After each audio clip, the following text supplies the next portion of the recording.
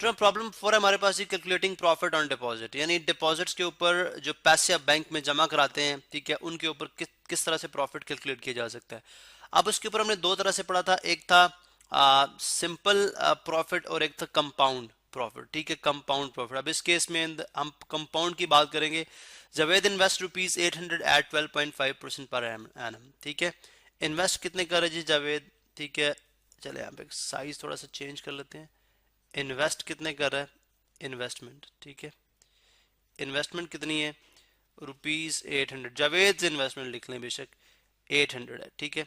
और जो जो प्रॉफिट है, ठीक है, लेकिन याद रहे दिस इज कंपाउंड प्रॉफिट, ठीक है, कंपाउंड कंपाउंड प्रॉफिट। अब कंपाउंड प्रॉफिट किस किस तरह से है, इसका रेट क्या है, 12.5%, 12.5%, ठीक है। कंपाउंडेड हाफ ईयरली, अब इसका मतलब क्या है, हाफ ईयरली, यानी साल में दो दफा के हिसाब से हम कैलकुलेट करेंगे। दिस इज व्हाई वी से कि कंपाउंडेड है, ठीक है। अब 12.5% का क्या मतलब है, 12.5% का मतलब है कि हर 100 रुपए के अगेंस्ट बैंक आपको 12.5 रुपए देगा, ठीक है। अब चूंकि ये हाफ ईयरली हो रहा है तो इसका मतलब है अब rate, compound rate half yearly कितना हो जाएगा, कंपाउंड कंपाउंड रेट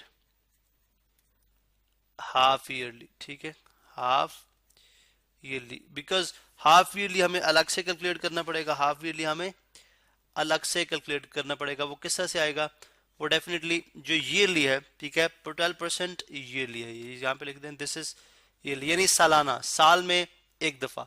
जब ये साल में दो दफा होगा तो डेफिनेटली आप इसको डिवाइड करेंगे, 12.5% डिवाइडेड बाई टू कैलकुलेटर हमारे पास मौजूद है, ठीक है। दिस इज कैलकुलेटर, और इसको चलें यहाँ पे हम स्टैंडर्ड में ले आते हैं, चलें, दिस इज कैलकुलेटर। अब 12.5 डिवाइडेड बाई 2 कितना आ जाएगा, 6.25%। इसका मतलब है ये आ गया 6.25%, 6.25%, ठीक है। और कितनी दफा कंपाउंड होगा, 2 टाइम्स, ठीक है। तो इसका मतलब टाइम कितना हो गया, फिर टाइम हो जाएगा 2, ठीक है, कितनी दफा, यानी एन 2 हो जाएगा। अब हम जानते हैं जी कि किस तरह से फाइंड आउट किया जाता है। जावेद इन्वेस्ट, अच्छा, what is amount at the end of the first year, एक साल के एंड पे कितनी कितने पैसे उसके बैंक में हो जाएंगे, ठीक है। तो वो हमने कैसे कैलकुलेट किया था, वो हम कैसे कैलकुलेट करते हैं, बल्कि ठीक है, हम यूं ये यूज करते हैं, हम कैसे कैलकुलेट करते हैं, ठीक है। तो इसका मतलब है हम यहाँ पे लिख सकते हैं, हम यहाँ पे लिख सकते हैं फाइनल अमाउंट, फाइनल अमाउंट जो कि एक साल के बाद उसकी हो जाएगी। वो किसके बराबर होती है, वो डेफिनेटली बराबर होती है principal amount into 1 plus rate, ठीक है, रेट एंड पावर टाइम्स, ठीक है, कितने टाइम वो कंपाउंड होगा। अब प्रिंसिपल अमाउंट जो है वो है 800 रुपये, 800 रुपीज इंटू 1 प्लस परसेंट कितने, देखें परसेंट जो हम यूज करेंगे बिकॉज हाफ ईयरली 2 टाइम्स हो रहा है, तो 6.25% यानी डिवाइडेड बाय 100, इसकी पावर ले लेंगे हम 2। अब इसको आप सॉल्व कर लें तो ये आपके पास फाइनल अमाउंट होगी जो उसकी एक साल के बाद हो जाएगी, अगर वो हाफ ईयरली कंपाउंड होता है, ठीक है। तो यहाँ पे हमारे पास कैलकुलेटर है। सबसे पहले आप देखें 6.25 डिवाइडेड बाय 100, तो ये बन जाएगा 0.0625 प्लस 1, ठीक है, प्लस 1, ठीक है, बन गया 1.0625, ठीक है। इन इस यानी इसको इसको सॉल्व करने पे बनता है 1.0625। अब इसका स्क्वायर लेंगे, यहाँ पे साइंटिफिक में आ जाएं, ठीक है।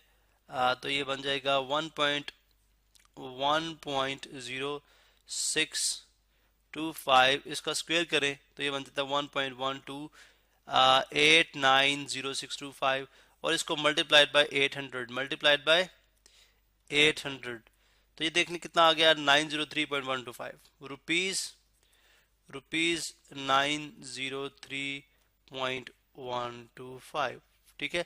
अब ये हमारा फाइनल आंसर है, this is our final answer, यानी एक साल के बाद उसके इतने पैसे हो जाएंगे। अब यहाँ पे एक दूसरी बात ये भी है कि लेट से अगर जस्ट इन केस अगर हम एक फर्दर सिचुएशन कैलकुलेट करते हैं कि अगर ये हाफ ईयरली के बजाय just 1 yearly, I mean half yearly के बजाय जस्ट ईयरली होता, तो ईयरली होता तो डेफिनेटली आप फिर 6.25 के बजाय 12.5% ही यूज करते। अब 12.5% पहले आप देख लें इस केस में कितने बनेंगे, यानी अगर मैं इस तरह से कैलकुलेट करूं तो फिर कितने बनेंगे। तो ये बन जाएगा जी, सबसे पहले देखें 12.5%, 12.5 divided by 100, 100 is equal to this plus 1 is equal to 1.125। ठीक है, अब इसकी पावर 1 है तो डेफिनेटली बिकॉज साल में एक दफा होगा तो पावर 1 आ जाएगी, कोई स्क्वायर करने की जरूरत नहीं है। मल्टीप्लाई बाय 800 करेंगे तो ये कितना आ गया 900। आप देखें थोड़ा सा डिफरेंस हुआ 900, यानी जितनी यानी हाफ ईयरली कंपाउंडेड जब होगा तो डेफिनेटली उस केस के अंदर जो है वह या क्वार्टरली भी हो सकता है, यानी साल में 4 दफा भी जो है वो आप उसके ऊपर रेट अप्लाई कर सकते हैं। ठीक है, उसको कंपाउंड कर सकते हैं, तो उस केस में फर्दर वो अमाउंट बढ़ती जाएगी। तो basically this is the amount, ये जो ये यानी कंपाउंडेड प्रॉफिट अगर वो हाफ ईयरली होगा तो उस केस में 903.125 रुपीज जो है वो व्हाट वाज द नेम क्या था, जावेद को अपनी 800 रुपए की इन्वेस्टमेंट के अगेंस्ट मिल जाएंगे।